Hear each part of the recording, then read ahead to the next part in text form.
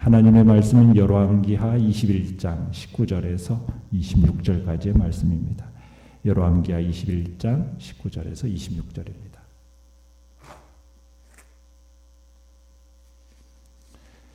열왕기하 21장 19절에서 26절 우리 한 목소리로 같이 읽겠습니다. 시작. 아몬이 왕이 될 때 나이가 22세라 예루살렘에서 2년간 다스리니라. 그의 어머니의 이름은 무슬레메시요 옅바 하루스의 딸이더라. 아몬이 그의 아버지 므낫세의 행함같이 여호와 보시기에 악을 행하되 그의 아버지가 행한 모든 길로 행하여 그의 아버지가 섬기던 우상을 섬겨 그것들에게 경배하고 그의 조상들의 하나님 여호와를 버리고 그 길로 행하지 아니하더니 그의 신복들이 그에게 반역하여 왕을 궁중에서 죽이매 그 국민이 아몬 왕을 반역한 사람들을 다 죽이고 그의 아들 요시아를 대신하여 왕 삼으니더라. 아몬이 행한 바 남은 사적은 유다 왕 역대지략에 기록되지 아니하였느냐. 아몬이 우사의 동산 자기 묘실에 장사되고 그의 아들 요시아가 대신하여 왕이 되니라. 아멘. 오늘 말씀의 제목은 그 아버지의 그 아들이라는 제목으로 말씀을 나눕니다. 므낫세의 뒤를 이어서 이제 유다의 제 15대 왕으로 아몬이 등극하게 됩니다. 자, 내용 관찰 문제 1번을 보시면 아몬은 몇 세 유다 왕이 되어 몇 년 동안 통치했습니까? 19절에 보시면은 왕이 되었을 때의 나이가 22살이었죠. 자, 몇 년 동안 다스립니까? 2년 동안 통치하게 됩니다. 그런데 그의 통치에 대해서 하나님의 평가는 어떻습니까? 아버지 므낫세처럼 우상 숭배하고 또 조상의 하나님 여호와를 버리고 또 그 길로 행하지 아니하는 하나님 보시기에 악을 행하였다라는 것이 평가입니다. 참 우리가 죄의 전염성, 죄의 파급성이라는 것이 얼마나 무서운 것인지를 보게 되는 거죠. 아몬이 자라면서 보고 배운 것이라는 것이 대부분 그의 아버지의 악한 통치 지도력이었다라는 것을 우리가 보게 되는 겁니다. 아몬은 죄를 지었을 뿐만 아니라 회개하려는 기미도 보이지 않았다라는 사실이 아몬에 대한 하나님의 진노를 폭발시키게 됩니다. 자, 그래서 내용과 질문제 2번을 보시면 아몬 왕은 어떻게 죽게 됩니까? 23절에 보시면 악정을 펼친 아몬은 즉위한 지 2년 만에 신복들의 반란으로 암살당하고 말죠. 아몬은 자기를 보호하고 도와줄 그 책임을 진 사람들의 손에 의해서 죽임을 당하게 되는 겁니다. 왜 그들이 이 아몬을 죽였는지에 대한 이유는 명확하지는 않습니다. 그러나 아마 아몬과 그의 형제들 간의 왕위 다툼 과정에서 반역이 일어났는지 혹은 왕실 내부의 파벌 싸움이었는지 아마 그런 가능성이 크겠죠.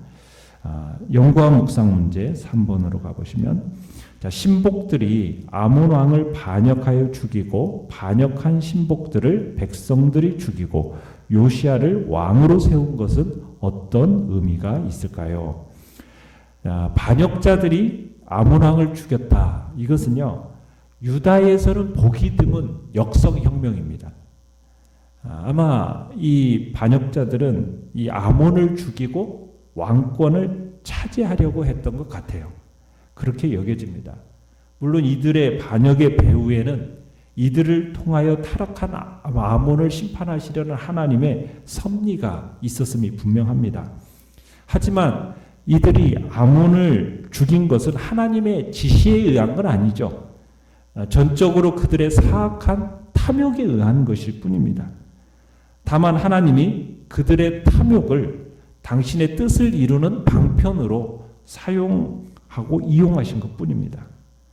어쨌든 아몬을 죽이고 왕권을 찬탈하려 했던 이 반역자들의 시도는 아몬을 죽이는 데까지는 성공을 했어요. 그런데 왕권을 찬탈했습니까? 왕권을 찬탈하지는 못했어요. 거기까지는 이르지 못하고 실패했어요. 왜요? 이유가 뭡니까? 국민들이 이 반역을 인정하지 않은 거예요. 그러면서 이 반역자들을 처단해버렸기 때문입니다. 아마도 유다 백성들은 비록 므낫세와 아몬의 치하에서 종교적으로 타락하기는 했지만은 적어도 다윗 왕권이라는 이 정통성만은 지키고자 했던 것이 그 유다 백성들의 마음이었던 것입니다. 만약 이 반역자들이 반역에 성공해서 다윗 왕권이 단절되어져 버리면 어떻게 되는 겁니까? 그러면은 정말 중대한 문제가 발생되는 거예요. 어떤 문제예요?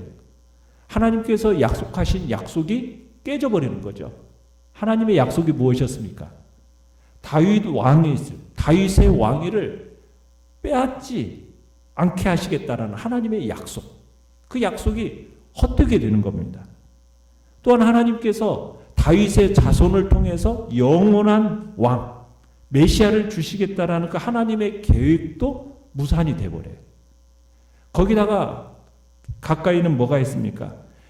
여로보암, 북이스라엘 왕이었던 여로보암 시절에 단과 벳델에다가 제단을 세우고 금송아지를 세웠을 때 하나님이 한 선지자를 보내셔서 예언을 하셨어요. 열왕기상 13장 2절에 보면 어떤 예언을 했었습니까? 요시야라는 자가 나타나서 벳델의 제단을 쓸어버릴 것이다. 이런 하나님의 계획이 있었습니다. 만약 아몬 시대에 이 왕권이 끊어져 버리면은 이 하나님의 계획이 어떻게 되는 거예요? 숲으로 돌아가는 거거든요. 그러나 하나님의 계획은 백성들이 아몬 왕을 죽인 자들을 처단해 버리고 말고 처단하고 그리고 누구를 왕으로 옹립합니까? 아몬의 아들 요시야를 왕으로 옹립함으로 해서 하나님의 계획은 좌절되지 않고 다 이루어질 수 있게 되었다라는 사실입니다. 반역자들에 의한 아몬의 죽음, 이건 하나님의 섭리에 따른 것이었듯이 국민들이 반역자들을 죽이고 요시야를 왕으로 옹립한 것도 하나님의 섭리에 의한 것이었습니다. 이와 마찬가지로 하나님의 모든 계획은 하나님의 섭리로 인해서 좌절되지 않고 반드시 이루어지는 거예요. 우리가 성경을 보면 하나님이 계획하신 것 가운데 악인들의 방해로 인해서 이루어지지 않은 것이 있습니까? 없습니까? 아무것도 없어요. 그것이 이루어지는 과정 속에서 인간이 개입된 것은 사실이죠. 그렇지만 그것을 이룬 것은 결국 누구이십니까? 하나님 자신이셨던 거예요. 그렇기 때문에 우리는 하나님이 자신이 알리신 그 모든 계획은 반드시 이루어지는 거예요. 하나님의 섭리로 말미암아 이루어지게 되어 있습니다. 악인들이 어떤 방해를 한다 할지라도 하나님의 계획과 하나님의 뜻은 반드시 어떻게 되어지게 되어 있어요? 이루어지게 되어 있어요. 우리 이것을 확신해야 됩니다. 그런데 하나님의 이 계획이 하나님의 이 뜻이 실현되어지는 그 단계에 이르면 이를수록 어떤 일이 벌어질까요? 사탄과 그의 하수인들이 하나님의 그 계획을 막기 위해서 온갖 수단과 방법을 동원하게 되어 있어요. 시도하는 거죠. 여러분, 그러나 그들의 시도가 어떻게 되고 맙니까? 결국에는 물거품 되고 마는 거예요. 왜요? 하나님의 계획은요, 아무도 막을 수 없기 때문입니다. 사탄까지도 다 누구의 주권 아래에 있어요? 하나님의 주권 아래에 있는 거예요. 결국은 하나님의 뜻을 이루는 도구로 사용되다가 결국에는 다 어떻게 되어지게 되겠습니까? 결국에는 지옥에 다 불구덩이에다가 다 던져지게 되어 있는 잠깐 사용되어지는 도구일 뿐이라는 거예요. 하나님의 뜻을 이루는 한 과정인 거죠. 그러한 점에서 로마서 8장 28절에서는 우리에게 뭐라고 얘기했습니까? 하나님을 사랑하는 자, 곧 그 뜻대로 부르심을 입은 자들에게는 모든 것이 합력하여 선을 이루느니라. 그러기에 우리는 어떤 상황 가운데 놓인다 할지라도 우리는 소망이 보이지 않는 것 같고 그런 상황 속에서 소망이 보이지 않는 그런 상황 속에서라도 소망을 잃지 말아야 되는 거죠. 하나님이 우리에게 알리신 모든 계획, 그리고 우리에게 말씀하신 이 내용은 반드시 이루어지게 되어 있다라는 것. 우리는 이것을 믿어 의심치 않아야 된다는 사실입니다. 자, 느낀 점 4번을 보시면 아몬 왕이 아버지 므낫세의 악행을 답습하다가 죽임을 당하는 것을 보며 무엇을 느낍니까? 참 어려서부터 보고 듣는 영향이라는 것을 무시할 수 없음을 우리는 느끼게 돼요. 어려서부터 이 므낫세의 악행을 다 보고 들었어요. 그리고선 그것을 어떻게 합니까? 답습했어요.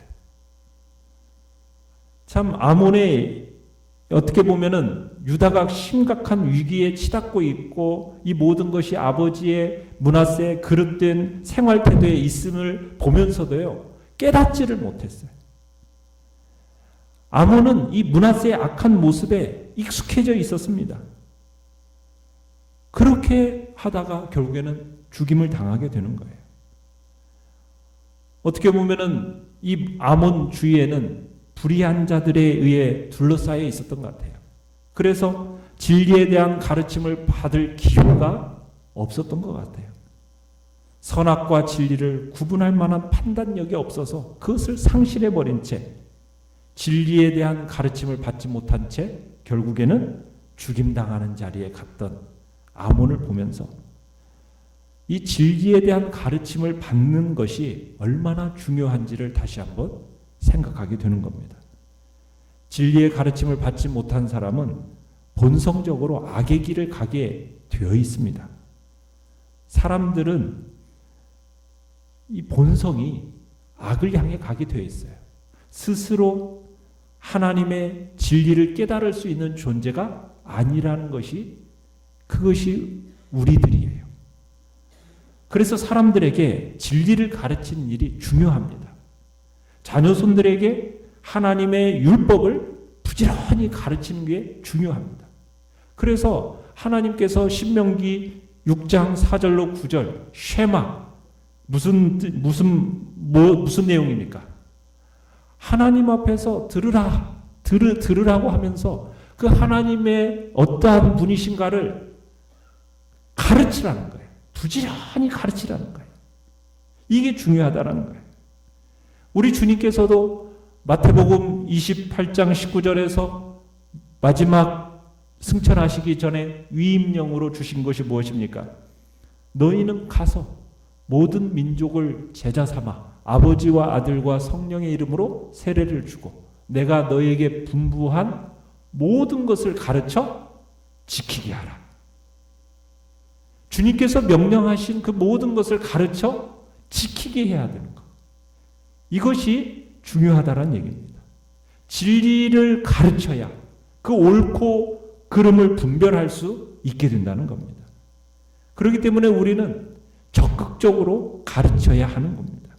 무엇이 생명의 길인지 무엇이 사망의 길인지 가르쳐야 합니다. 사람들은 스스로 진리를 깨닫고 하나님께 나올 수가 없어요. 하나님께서는 그러기 때문에 우리에게 뭐라고 말하시는 거예요? 가서 전해야 된다는 거예요. 가르쳐야 된다는 거예요. 그 길을 가르치지 않으면 이렇게 무지와 사망의 길을 헤매이다가 멸망의 길로 갈 수밖에 없으니 가르치라는 거예요. 우리는 이 사실을 명심하면서 우리는 진리의 길을 아는 자요 생명의 길을 아는 자로서 그것을 모르는 자들에게 부지런히 가르쳐야 되고 우리에게 맡겨진 어린 양들, 자녀손들, 때로는 우리에게 맡겨진 또 귀한 이제 구역 식구들이나 또 지역 식구들, 그 사람들에게 진리를 가르쳐야 할 책임이 있다라는 사실입니다. 우리는 이 일에 힘써야 돼요. 아몬의 결말이 어떠한지를 보면서 참으로 아버지 므낫세의 악행을 답습한 자의 그 멸망이 어떠한 것인지를 보면서 우리는 어떻게 주님 앞에서 진리를 가르쳐야 될지를 다시 한번 고민하고 결단해야 될 것입니다. 자, 결단과 적용 5번을 보시면 내가 가정 안에서 배운 좋지 않은 언행과 습관이 있다면 무엇이며 그것을 어떻게 고치겠습니까? 여호와를 버린 부모님이나 친지들의 죄를 대신 회개하며 후손에게 가장 귀한 유산, 신앙을 물려주는 믿음의 가문이 되도록 기도합시다. 아멘. 오늘의 기도 같이 읽겠습니다. 시작. 말과 행동, 생활의 모든 면에서 참으로 본받을 만한 신앙인이 되게 하소서. 아멘. 말씀을 생각하면서 기도하시고요.